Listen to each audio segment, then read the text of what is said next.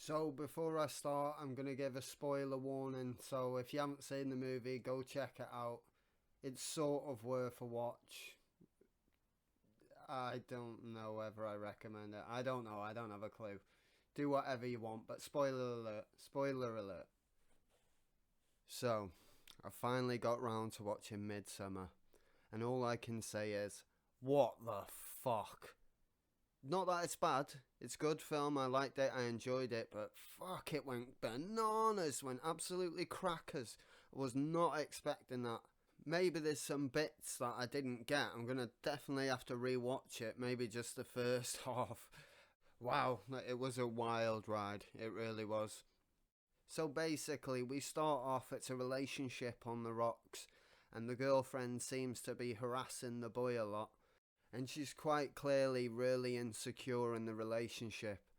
She keeps talking to him about a sister who she's really worried about. Her sister suffers with bipolar disorder.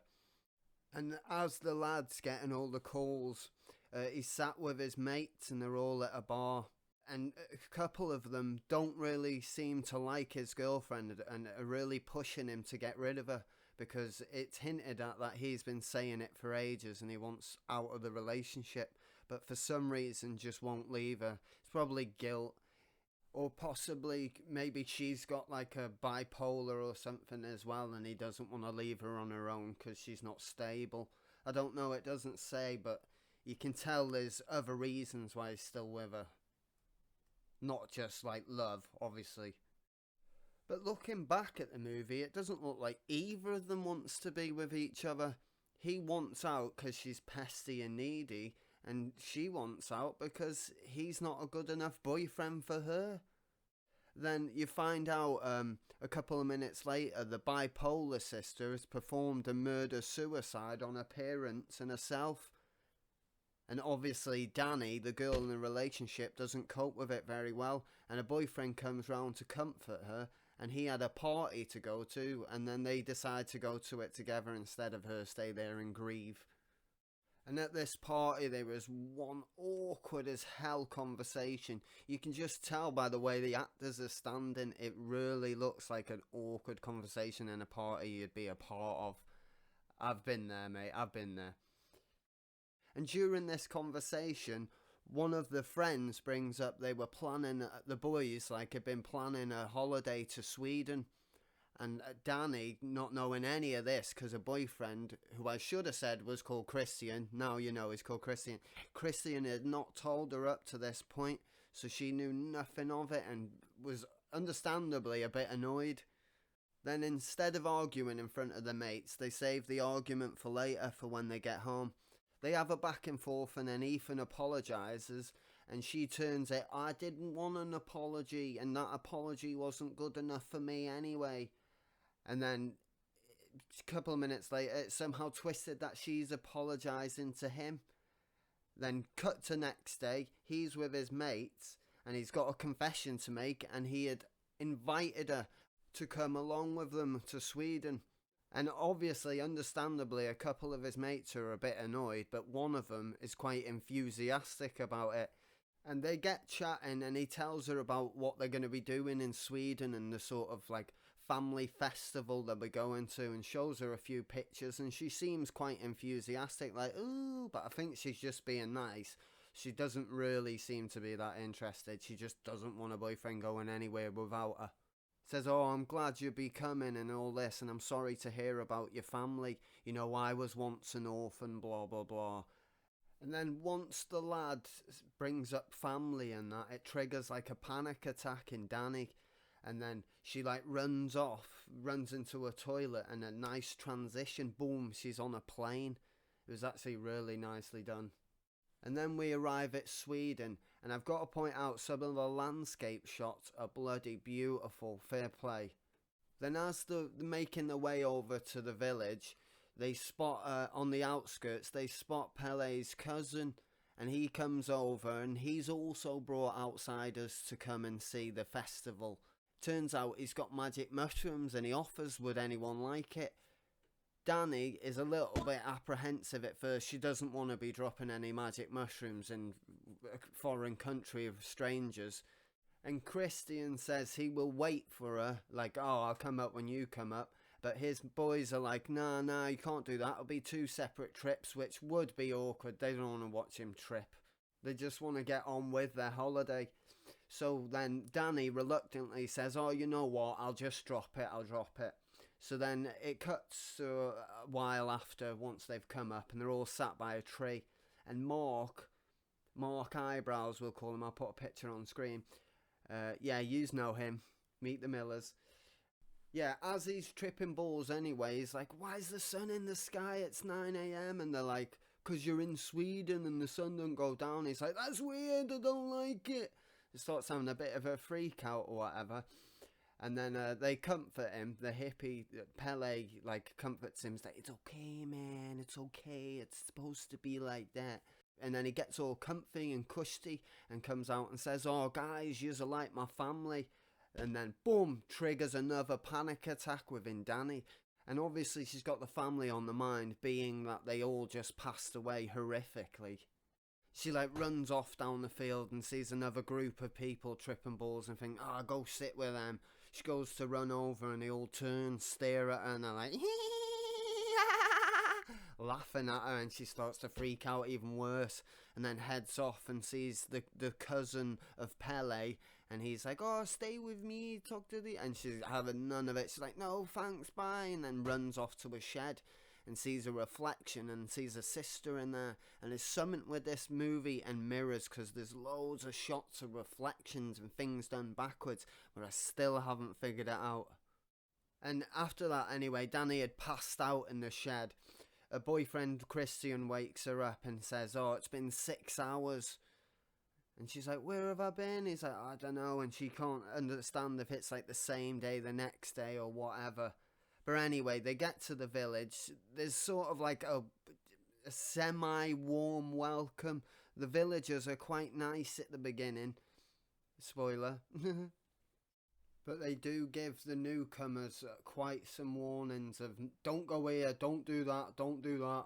And they also see a bear and they're like, hey, ignore the bear, there's just a bear there, it doesn't matter. And they're showed to their rooms, and there's loads of cryptic writing all over the wall foreshadowing future events. And they completely ignore that as well. Mark Eyebrows finds out that some girl's clearly got the eye on him, because she walks in the tent and then walks back out, but like hawking him the whole time. And he's like, did you see that? Did you see that? Bird wants dick. And anyway, it's dinner time, so they all gather round a table, and they're just doing the rituals, and they're like, tradition, just do as everyone else does, tradition. And then the outsiders just think, okay, fair enough, we'll go with it. It's a bit odd, but it's not all culture, you know, culture shock and all that. And then at the top of the table, there's this old couple or whatever, and you think, are they the leader? What's going on here? And then anyway, they have like a shot, and you think, oh, and I thought, is it cyanide? What, they're going to drop dead? But no, they pick them up, and I thought, are they the king and queen? Because they like raise them up on chairs, you know, as if they're going to worship them or something. So then everyone rises and follows the leader for a short walk, and they arrive at a cliffside. And all the outsiders are like, what the hell are we doing here? Oh, it's a bit odd. What's going on? And some woman starts doing some weird chant or whatever. And then sounded like, funny enough, like she was speaking Welsh at some points. But anyway, we see that the two elders slash their hands and then walk over to like a rock with symbols on it and dab their hands on 2 symbols on either side. And we're like, what's that all mean? Long story short, someone's at the top of the cliff and they're like, oh, what's she doing there? Like, is she going to start chanting off the cliff? No. Is she She jumps straight fucking off, bash head off a rock, dead. I was just as shocked as the people in the movie, like, what the F? But that was nothing. After the outsiders are done, like, freaking out and screaming at the locals, like, the man who had also slashed his hand was at the top, and he jumped straight off, and they're all like, fucking hell, what's going on? What the hell? freaking out, as you would be. And then the camera looks back at him. He's not dead, he's still alive, only mashed in his leg. And he starts screaming out in agony, as you would, and the whole crowd starts doing it in unison with him, as if they're sympathetically feeling his pain. Like they're all one with each other or something. And then, what do? They bring out a big massive mallet, march over to him, start bashing his head in. And like 2 elders and 2 young uns, and they're taking it in turns, whacking him in the head. Only 1 hit each though, they're not animals. Then after all that, and it's sort of calmed down a bit, they speak to the woman who was the first chanter, who seems to be like the actual head of the group. And they're like, what the hell, why did you kill him? And then she says, no, my girl, he wanted it. This is what he wanted. And she explains that, no, it's not weird or odd or evil. It's just what we do. And she explains that in the future, she's going to do it because all older generations must do it for the next to make room for them. And so they're not a hindrance when they're of a certain age in their life. Then back at camp, the other couple who came along with the cousin are planning on leaving. They don't want to be there. And then all of a sudden, the boy out of the relationship disappears. And I thought, I know exactly where this movie was going. I thought I had hints, but that confirmed it. And one of the elders explains to the young girl that the boyfriend's left, and she's having none of it. She's like, he would not have left without me. That's my fiance, he wouldn't have. And he said there was only enough room for 1. And she replies, I would have sat on his lap. And he says, well, we obey traffic laws, so you can't do that. And then she huffs off after a bit more of a back and forth, and then just storms off and cries. And I actually, come to think of it, I don't think I've seen her again in the movie. And also, come to think of it, it's fucking hilarious. They wouldn't violate traffic laws, but they will murder left, right and centre. Good one. Then at dinner that night, Danny brings it up that she had witnessed them arguing and she didn't know where the girl was. And Mark and Christian and Josh seem a bit intrigued, but they're not really bothered. Then a local overhears their conversation and says, don't worry, I can ease your mind. I actually took her to a boyfriend at the train station and they're okay, they're safe, they've gone. And then all the characters like, yeah, that sounds alright, that sounds fine. The guys show no reason to be a liar, so why would they question it? But you've just seen people do fucking ritual suicide. I'd be raising eyebrows at everything. But instead of being scared and wanting to get the hell out of there, Josh and Christian are intrigued and they both want to write a thesis about the place. But Josh isn't happy about this because he says to Christian, you know this was my intention all along, you're just trying to leech off me. And to be quite honest, it feels like they're having 2 different conversations because neither one is listening to the other. But anyway, it ends. Christian says, we could collaborate if you want. And he's like, no, sod that. And basically, they've got to ask permission to document what they see there. So they ask their friend Pele or Pile. And he says, yes, I'll put in a request with the elders. Just pending request and I'll let you know if you can. Anyway, turns out they're allowed, but they can't give names or locations or pictures. And they're like, okay then.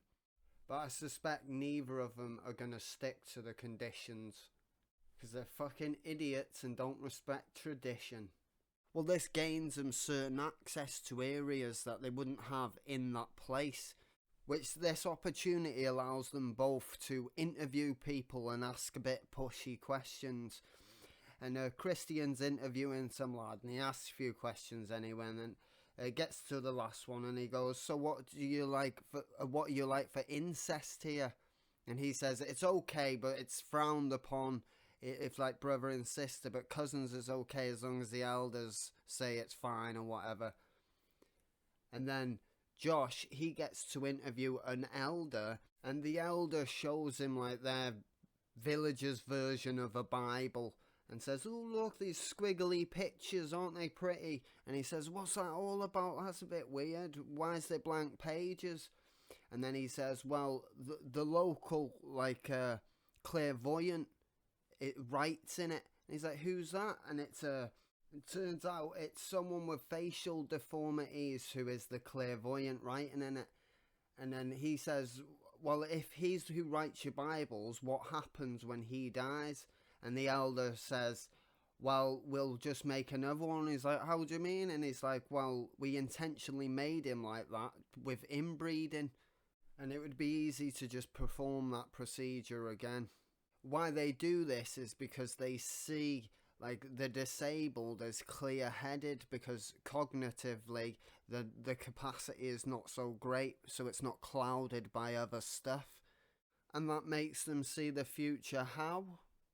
And also because Theseus's life, the two boys have fallen out, and Josh keeps information away from Christian that the ginger girl, the younger sister of Pele, had put something under his bed, and she was picking out of all three of them what one she was going to select for mating.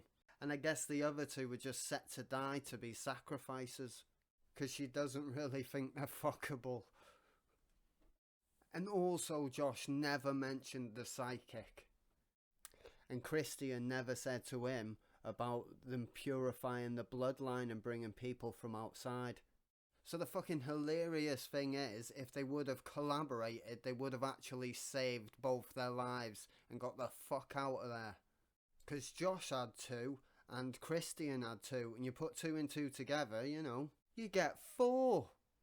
Anyway, back to the plot. As all that was happening, Mark had nothing to do, so what he felt like doing was being a dickhead and going around disrespecting, obviously, stuff that they hold really dearly to their heart. It's not like they take tradition very fucking seriously. They're not diving off fucking cliffs head first for it or anything. He actually pissed on the tree where they scatter the ashes of their fallen ancestors, or their elders, should I say.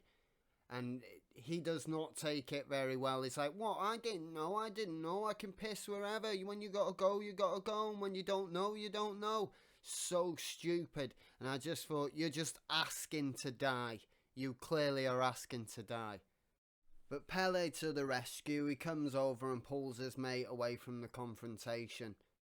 But is probably just as pissed off as the other guy shouting at Mark. And at dinner, the gang try and just move on with their lives and don't care about it. And Christian finds a lovely little pube in his pie, which was foreshadowed with some weird pictures earlier on, which I forgot to mention.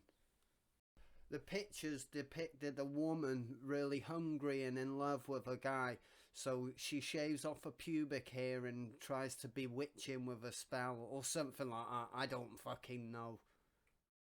Actually, I do know, because later on he drinks magic mushroom juice, and that's what bewitches him, not the pubic hair, so I don't know why she's being disgusting. It might just be her trolling him. Prank. Just a prank, bro. Mark points out it's definitely a pube, and then also points out that the guy is still staring at him. But he doesn't pay attention to that. He's too distracted by the girl trying to eyeball him, who's been eyeballing the whole movie. And he walks off with her and thinks, yes, hanky-panky time. Anyway, nightfall comes and Josh is still intrigued. He's got a splinter in his mind and he needs it out. So he's going to get one of the books. He's going to snap some pictures for his thesis. Sneaks out. What an idiot. And he sneaks in anyway. And he thinks he gets busted, turns round, oh shit, and thinks it's his mate. But was it his mate? Was it fuck? It was the village clairvoyant wearing the skin of his mate. So he didn't get spanky spanky, he got shanky shanky. And Josh, getting distracted by what he thought was his mate, gets hit over the back of the head with the mallet. Ouch. And that was the end of Josh, the character who literally brought nothing to the movie. So the next day rolls round and you've got the elders kicking off in the village saying, who's robbed our book? Who's robbed our book? Even though no one robbed it and they had killed the people anyway. And they question Danny and Christian and they say, oh no, we haven't seen it. We haven't seen our friends either. And the villagers actually twist it really nicely where it does look dodgy, but obviously they're just playing them. And then Christian throws some shade about his mate, saying that he might have, but he would have nothing to do with it. He's not associated with it in any manner, even though he said he would collaborate with him. He is a shithead. And then the villagers, they're like, okay, we take your word for it, fair enough. You'll be spending the day with the girls and you've got to go to this shed over there. And he's like, why? Why have I got to do this? And Christian goes off for his conversation in the shed, and as this is happening, Danny's outside getting ready for Ring a Ring a Roses with the addition of LSD, or like musical chairs but magic mushroom version, and you got to spin around the pole until you collapse essentially, and she ends up winning. Oh, like you didn't see it coming. You don't have to be a clairvoyant inbred to see that coming. And just for the arse end of the show, Christian's there to watch it. A girl comes over and offers him a drink, and he knows it's tripping. He's like, nah, I won't be able to handle the trip. And she's like, you'll be fine. And then he thinks, fuck it, I've got no choice. My mates are disappearing. He clearly knows something's up. And then he knocks it back. And you shouldn't have, mate. He ends up going to the weirdest orgy of his life. Well, I suppose it's wrong to say orgy, but it's like some public sex party. He like walks in a barn, and then there's like a row of naked women chanting with all their pubes out. And they're all singing in harmony, and in the middle of them on the floor is the girl who's been eyeing him up the whole way through the movie, and the one who placed a token under his bed. And the shot is so bloody weird. She like brings the kneecaps up to match his chin, and then boom, her legs open. And because he's tripping balls, he just walks over and he's like, oh, should I do this? And then he does it with a little help from one of the elders, or two of them. But first of all, one walks over and grabs his hand and starts like moaning to turn him on or something. And then the girl getting shagged starts copying her as if to turn him on and stimulate him. And then another bigger woman comes behind him and starts pushing his arse as if, you're not pumping good enough, we like it faster, thank you very much. And it's her first time, so don't make it shit for her. And as he's climaxing or whatever, Danny's done with a ring of the roses and comes over and spots what's happening through the keyhole and runs off fuming, starts crying. She walks into a room with loads of girls, starts going, rah, rah. And then they start doing it in unison with her, and then it just gets really weird, and she starts going, and then they start going, but matching a pitch and then changing, and sometimes there's harmony, sometimes it's unison. It's so bloody weird what is going on, because it keeps like bouncing back from the public sex scene to her room, and like it's got like an a cappella chant song for each of them, and neither goes with each other, and they keep cutting it together. And my head's hearing it, it's the same song, and it's bloody weird, and it makes me feel sick. Like, the a cappella in the beginning of the film was really nice and tranquil and majestic and stuff like that, but oh my god, it really has a tone shift. Anyway, back to the plot. Christian comes to his senses whilst he's having sex, thinks, what the hell am I doing? Runs out the barn butt naked. Then finds another one. Ooh, I'll go in here. Why, mate? There's probably another orgy in it. He does anyway and finds the British lad in there, hung up on like fishing hooks or whatever, with his whole of his back torn open. And you see his lungs move to suggest that he might still be alive, or he is alive. I don't know. Maybe they got a current running through his balls from a car battery. God knows. Anything's possible at this point. And because Danny won the competition, she's crowned the May Queen. Obviously. And then she gets to pick who she's going to be with or whatever, and she doesn't pick her boyfriend. I was like, did she pick him? And she said, I didn't have a clue. And the next scene, her boyfriend's in a barn, and he's being stuffed inside a bear. I couldn't believe it. I honestly laughed. But it was because I didn't get it, and it was so uncomfortable watching it. Then anyway, long story short, they take Christian, whilst being stuffed in the bear suit, into the is it, what shall I say, the triangle building, the pyramid, the temple. I don't know. They take him in there anyway, and they take 2 more sacrifices, and then fucking light the place on fire, and then they're dead. And it cuts to a shot of Hannah's face, and she's looking, and she looks pretty sad. Cuts back to the temple, turns back, and she's smirking. It's like, did she plan this? Is she just cracked? Like, I totally don't get it. It says in the beginning that she studies psychology, so she obviously manipulated some situations, because you see the scene prior to knowing she studied psychology. She manipulates him and saying, oh, I didn't want an apology, but blah, blah, blah, and all that. She's trying to use her skills there. So what's to say she's not using them all the time? And, like, she has a bit of a scene with the Pele, and she says, oh, no, Christian might catch us. Like, she's not bothered what she's doing. It's just she's bothered she might get caught. And if she gets caught, the plan's ruined. It's all been pointless. Did she plan it? And what is with the mirrors? Like, there's a motif with backwards things, like they pick flowers backwards. And then there's the pictures, but it's told backwards. And then there's mirrors showing the reflections, and a mirror shows you backwards. You're complete opposite you. I really do not get this movie. I'm going to try again. But I really don't understand if this is like an 80% movie, like where they give you 80% of plot and 20% has been subtracted from the movie, because I've heard we're going to get a new cut and that'll explain shit. But fuck that, you should have a whole narrative there immediately. So maybe, I don't think they've done that anyway. Like, took bits of the movie out, so we'll hypothesize endlessly and make it the film seem more deep and meaningful. Or is the answers in the movie already and I'm just totally overlooking them and don't have a clue? I have no bloody idea. I know this is quite rambly at the end, but I'm not going to edit it. These are my thoughts. This is what my brain's thinking, and I bloody do not have a clue. I need to suss out that movie or it's going to irritate me endlessly.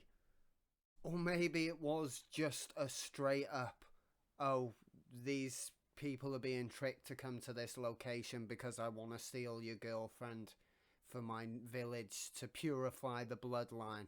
Maybe it was just that, but I feel there's something so dodgy about that, Danny. There is, and I cannot suss it out. Did she kill her sister? Did she have a sister killed or whatever? Is it part of the plan? I don't know. But there's more truth to be uncovered, people, and we will find it. Donnie out.